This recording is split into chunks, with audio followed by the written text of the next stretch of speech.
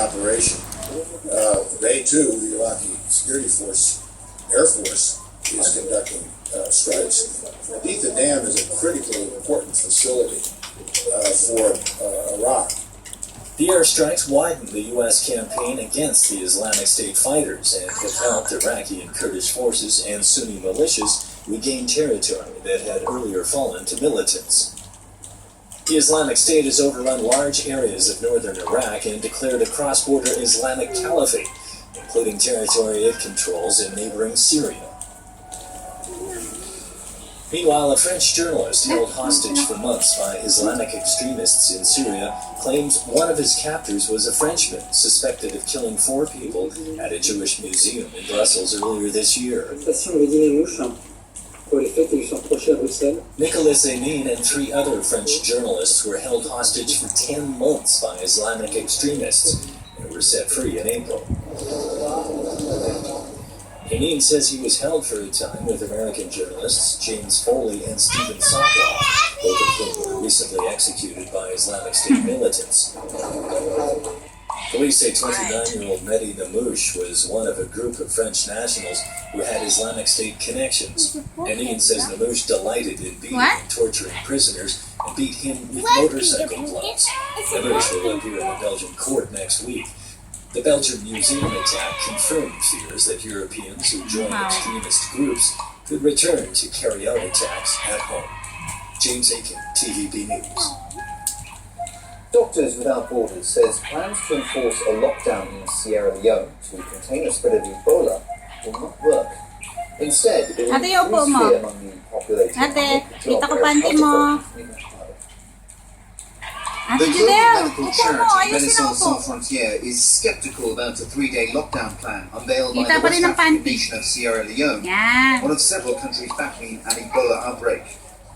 MSF says it will not contain the spread of the virus because a lockdown would force people into hiding and destroy the trust and cooperation between citizens and local authorities. The government will restrict residents from areas around their homes for 3 days beginning on September 19th. Officials defended the decision, saying it will help health workers identify and isolate patients for treatment. Frontier, they may be right in what they're saying, but I thought they're only talking about it from the curative point of view, looking after the sick, their caregivers. What we are more concerned about is the social mobilization. 0.02% of the population, that is about just 1,000 people, have been affected by this. We still have 5,999,000 who have not been affected. These are the emergencies. These are the ones that we must keep safe. Desperate to restore hope amid the crisis, the World Health Organization says it will accelerate the use of experimental treatments to contain the epidemic.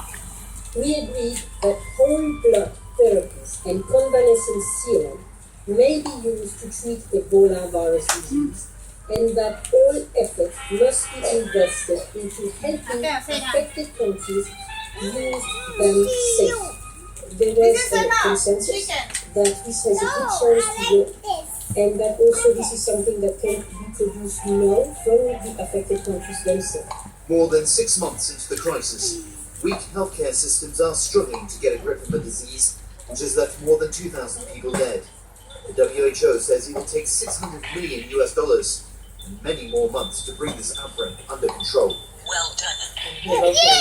Printing is taking the world by storm, sparking innovation in many fields from art to medical to construction.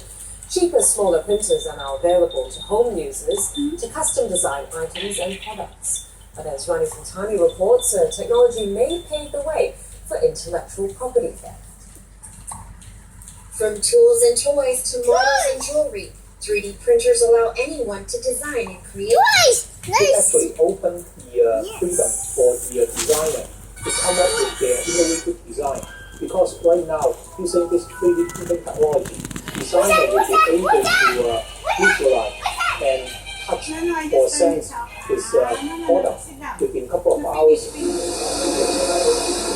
How does it work? Using a process known as additive manufacturing, the 3D printer will add material layer by layer until the object is formed. Commonly used printing materials include plastic and metals such as stainless steel, titanium, gold, and silver. But in the medical world, doctors are working towards printing living tissue and organs using bio